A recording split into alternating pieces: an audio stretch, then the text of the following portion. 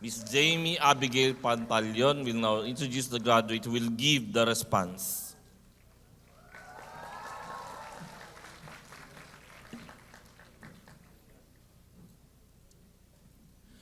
Good morning, everyone. Within the walls of the university, Juan Alfonzo Pulhin Dacumos, or Japonz, is known to be an active student who is driven to expound the bounds of understanding human behavior.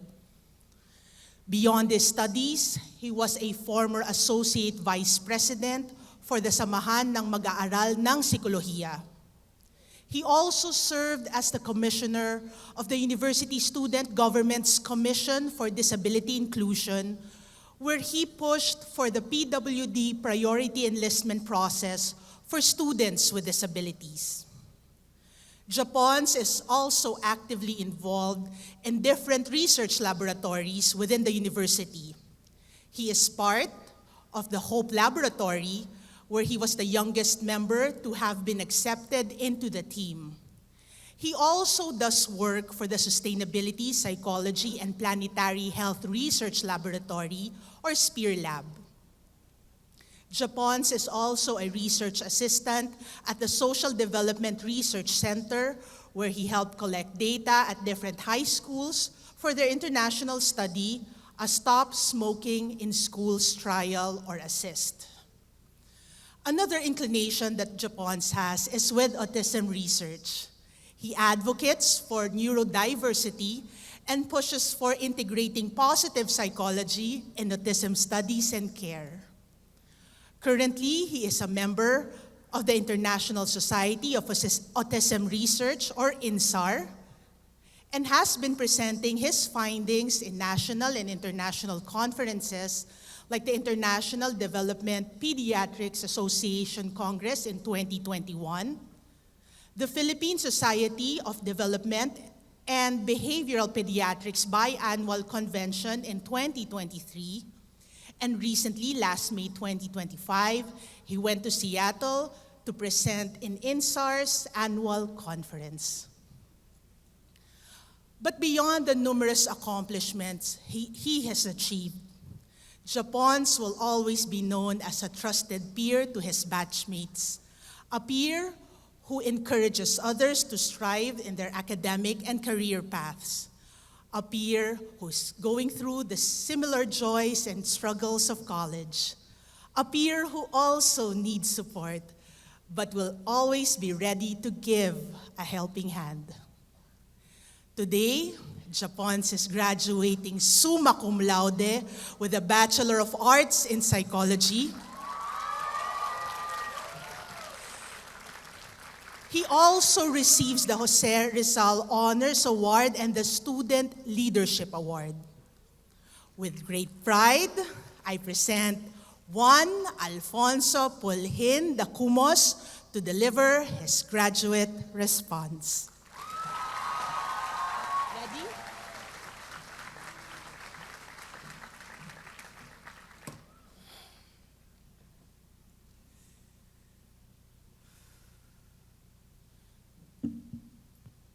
Thank you so much, Dr. Jamie Abigail Pantaleon, a professor who had been so influential to my academic and my career development, for that wonderful and warming introduction. Good morning, Brother President Bernard S. Oca, FSC, Provost and Vice President for Academics, Dr. Roberto Rolleda, Senior Vice President Kai Shan Fernandez, our honorable speaker today, Pebble C, our Lasallian brothers, esteemed deans, administrators, and faculty of the College of Liberal Arts, College of Computer Studies, and Gokongwei College of Engineering, DLSU and SMX staff, parents and guests, and the stars of today's event, Batch 202.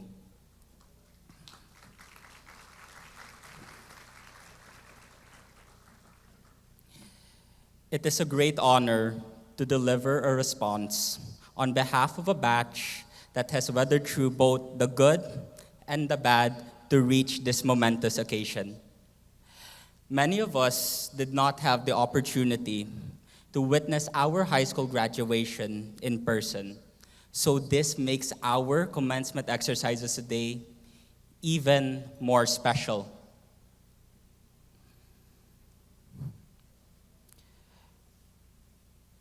No student left behind.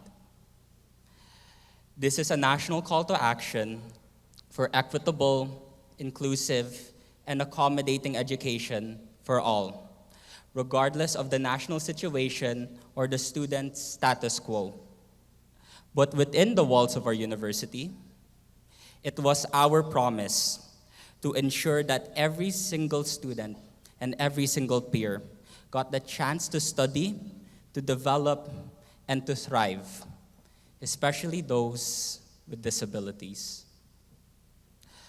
While we have seen and fought for this, and many different groups have seen progress through policies, initiatives, and plans, there is a group that we rarely discussed. Let us give them their moment today. I would like to invite everyone to engage in a short activity, just one last time. From the top of your head, imagine the typical representation of an autistic individual here in the Philippines.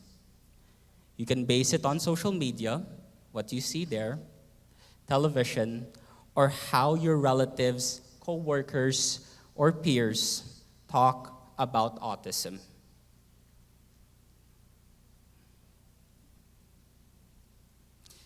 So I am now confident that most of you are at a relative consensus on who you imagined.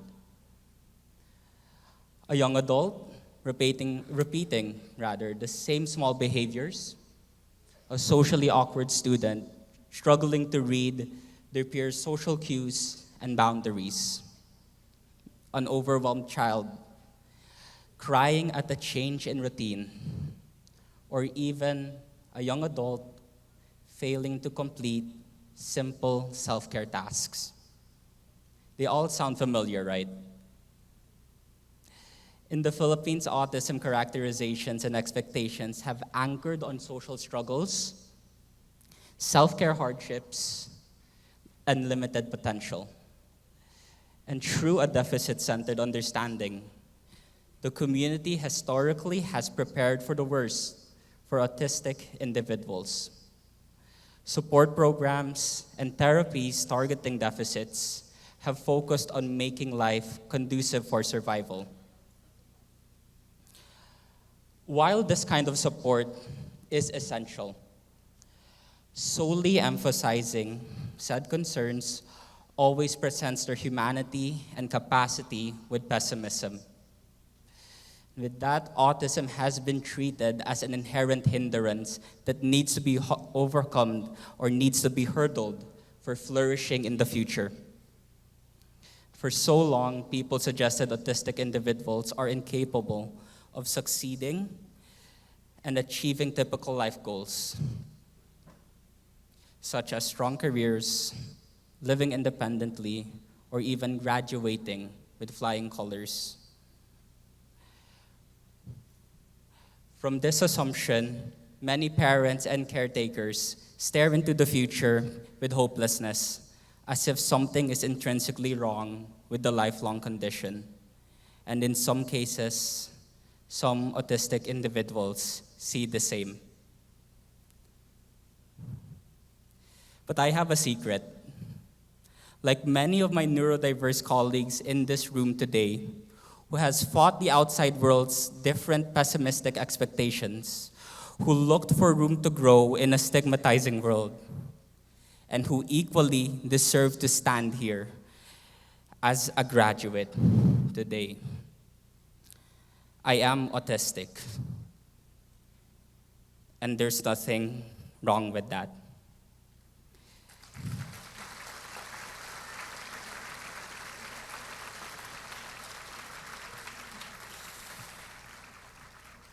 because you made me see and feel that there was nothing wrong with that. You all accepted me into your community without isolating or sidelining me. And it was exemplified in a story and a very common experience close to my heart. I had the tendency to walk away from conversations in the middle of them. Without any real cue or in inappropriate times, I would just go and walk away. Anywhere else, I would have been scolded and instructed to correct it. Yet you never criticized me, nor saw a deficit. Instead, you saw a difference that never made me inferior or less capable. Instead, you helped me understand how it relates to my autism and how I could move forward. And with this, you encouraged me to thrive in a way that allowed me to embrace my autism. And now I could stand here today and disclose it without fear of stigma nor repercussion. You showed me that it was not something to be ashamed of, nor a hindrance that I have to constantly overcome. And instead, you showed me that my autism is a part of me that can coexist with my best self. In a greater world that boxed him to his deficits, you made an autistic boy look into his future with hope. A future with immense potential, unbounded from negative stereotypes and pessimism. And that in itself is no small feat. Even some clinicians struggle with such a task today. Yet I stand here as evidence of your potential to uplift others, especially those who really need it.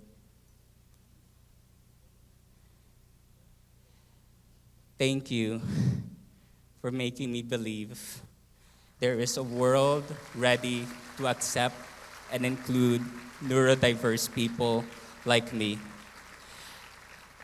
The awards on my chest are yours as much as they are mine.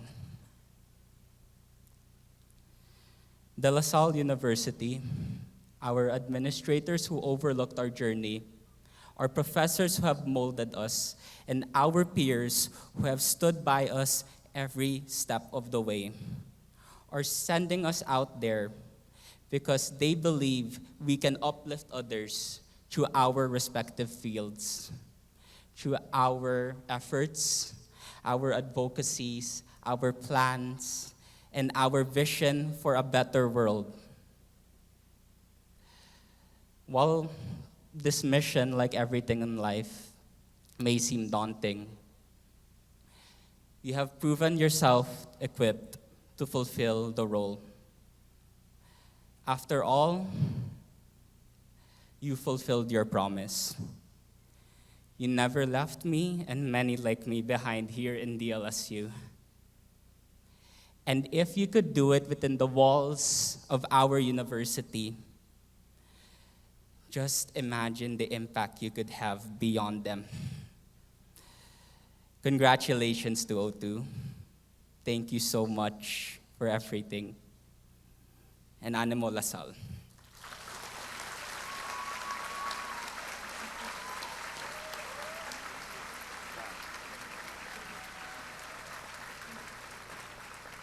Thank you, Mr. Dacumos.